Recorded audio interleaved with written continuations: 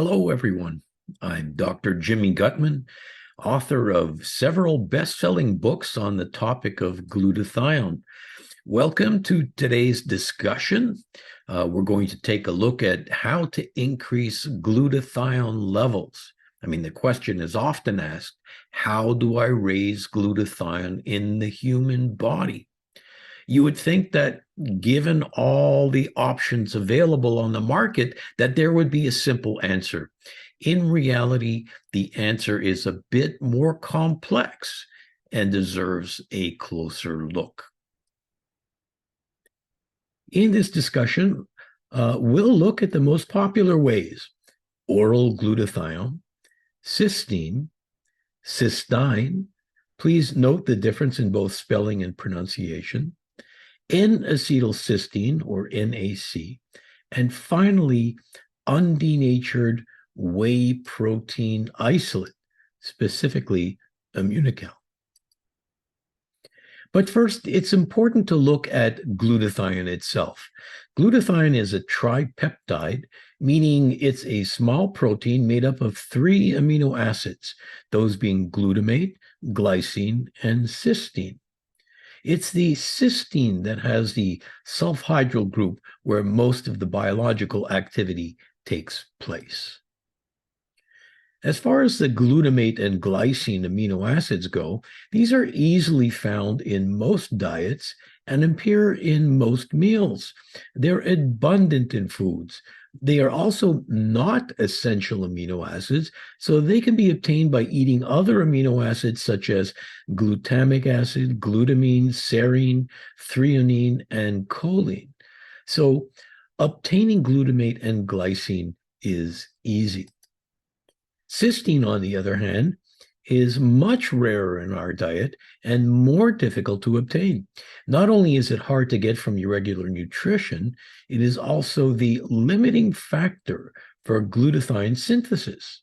In other words, glutathione production is a function of cysteine availability. See, glutathione is made in your cell. Finally, it's only specific forms of cysteine that are biologically active, as we will soon see. Let's also look at another amino acid, cysteine. Again, please note the difference in spelling and pronunciation compared to cysteine. Cysteine is 2 cysteine molecules linked together by a disulfide bond. This makes cysteine a source of cysteine. I'll say that again. Cysteine is a source of cysteine. So we can use the term bonded cysteine in place of cysteine. Here we see the 2 molecules, and note the disulfide bond between the 2 cysteines to form cysteine.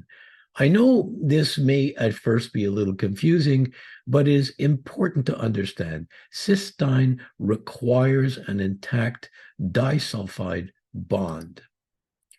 Let's get back to undenatured whey protein isolate. Undenatured means that the original 3-dimensional shape of the protein is intact and appears as it would in its natural form. You see that the protein is wound up like a ball of wool, and this allows contact between the individual strands of protein to keep it in its natural shape or configuration. This allows the disulfide bonds to remain intact. The problem with these whey proteins is that they are extremely sensitive to becoming denatured by heat, pasteurization, mechanical agitation, and other disturbances. What denaturization does is unfold the proteins so that they no longer are in their original shape. This breaks the disulfide bonds, and the end result is the molecule loses its ability to serve as a glutathione precursor. An unfolded protein does not behave like the original natural protein. Let's take an extreme close-up of one fold in the much larger protein. You see on the left a fold where 2 strands are physically close to each other. This allows a bond between the cysteine in one strand to bond to a cysteine in another strand to form cysteine.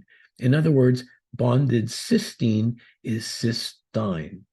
On the right, the protein is unfolded and the disulfide bond is broken. This allows the cysteine molecule to become oxidized and loses potency as a glutathione precursor.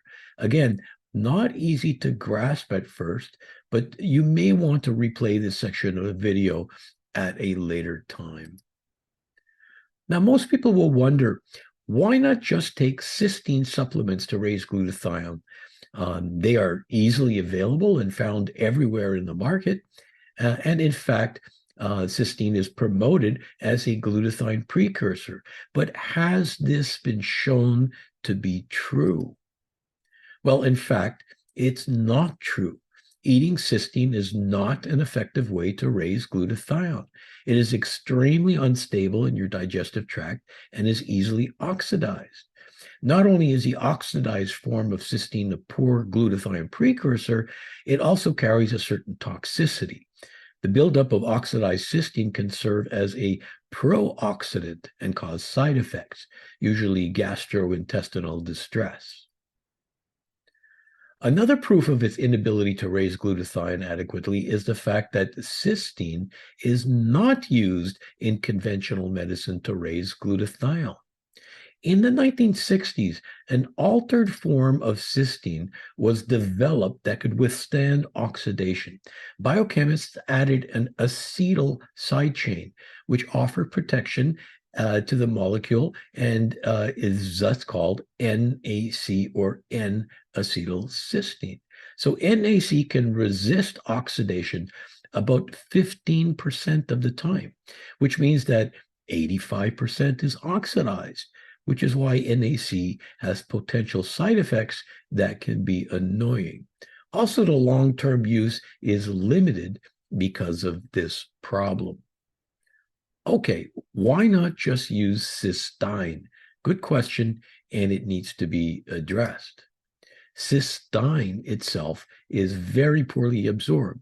It is also prone to easy oxidation. It just has not been shown to be a glutathione precursor, and that's why so few clinical studies have used cysteine to raise glutathione, because it doesn't work. Now, in case some of you are not aware, eating glutathione does not raise your body's glutathione level. Glutathione is easily broken down in the digestive tract, and it just does not make it to the cells. This happens mostly because of an enzyme called GGT, gamma-glutamyl-transferase. People have tried getting around this by coating glutathione or otherwise manipulating it, but there is not enough substantial evidence to show that this approach works. There may be a paper or two, but science needs validation with more than one or two studies. Oral glutathione is an ineffective way to raise body stores of glutathione. So what exactly works well to raise glutathione levels in a human being? Well, we've seen that oral glutathione is not an efficient way to raise glutathione levels. Glutathione is produced by the cell itself. So the way to raise glutathione is to provide the cell with the precursors or building blocks to manufacture their own glutathione.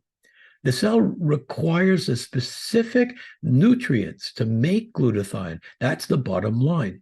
There are currently only two medically accepted ways to do this. Undenatured whey protein isolate, otherwise known as Immunical, or NAC, N-acetylcysteine. NAC is used universally around the world as a glutathione precursor. It has literally thousands of clinical studies published on it. It is the choice used by medical practitioners and by hospitals. And it's available by prescription and in certain countries as a supplement as well. It has a few problems, however. Number one, it has what is called a short half-life. about 3 to 4 hours. So in order to keep glutathione levels continually high, it needs to be taken 3 to 4 times a day. And it has a taste and smell that many people cannot tolerate. And it also has side effects, usually nausea, vomiting, cramps, and other symptoms. And because it should be taken multiple times during the day, you'll feel 3 times as sick the third time you take it. It's also not recommended for long-term usage because of the buildup of oxidized cysteine, which can turn into a situation called hypercystinemia, which is a pro-oxidant state. Finally, undenatured whey protein isolate, also known as Immunical. This has been studied for over 40 years of clinical investigation. There is a wealth of available published research articles. It shows up in some of the major medical reference books in the world, and it has very little known adverse effects. And a single dose of Immunical can show results days after ingestion. So which to choose? Well, we've already pointed out some differences that can make up your mind, but let's take a deeper dive into the biochemistry and how these two differ. Let's look again at how a cell makes glutathione. You see, glutathione is made by the cell. Get some glutamate. Where? Well, whey protein will provide you with glutamate. NAC will not. Get some cysteine. Again, whey protein will provide a great source of cysteine, and in its undenatured form will also provide you with cysteine in the form of bonded cysteine. NAC works by providing cysteine as well. But remember, only 15% of the cysteine in NAC is protected from oxidation, which means that 85% is not protected and will become oxidized. And this is the reason it carries a degree of toxicity.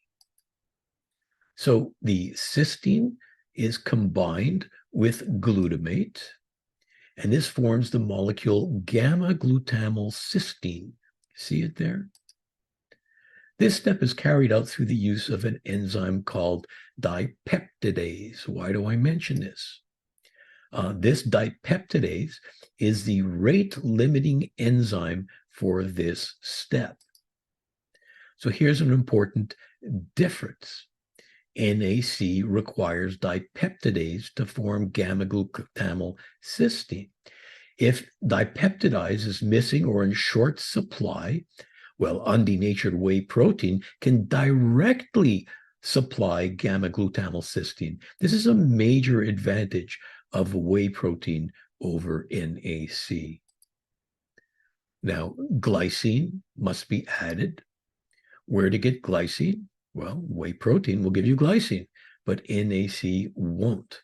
Another difference. Finally, the enzyme glutathione synthase is used. And the final step is the production of glutathione. So you see, whey protein isolate fills in many more of these steps than does NAC. It's critical. But wait, the differences continue between these two. Whey contains all of the essential amino acids needed by humans, all of them. NAC provides none of them. None of them. So to quickly summarize the differences between the two, both of them raise glutathione. NAC has a short half-life of about 3 to 4 hours. Immunical is effective for days. NAC has side effects. Side effects are rare for whey protein isolates like Immunical. NAC is a great and effective drug used worldwide. Immunical not only raises glutathione, but here's a major point. Whey protein isolate is a superior source of nutrition. In fact, it has the highest biological value of any known edible protein. Let's look at why whey is considered great nutrition. Well, what is biological value? It's a measurement of how valuable a protein is to your general metabolism. Clearly, different proteins differ in their value to your general nutrition. Eating a hot dog will not provide you with the same value than eating a nice piece of fresh salmon. And these biological values can be quantified. Here we see a list of different BVs from different protein sources, and we see that whey protein isolates have absolutely the highest biological value. So Immunical has the highest BV of any edible protein on the market. Immunical contains all of the essential amino acids needed by man. NAC only contains cysteine. The choice is clear. Thank you for your attention.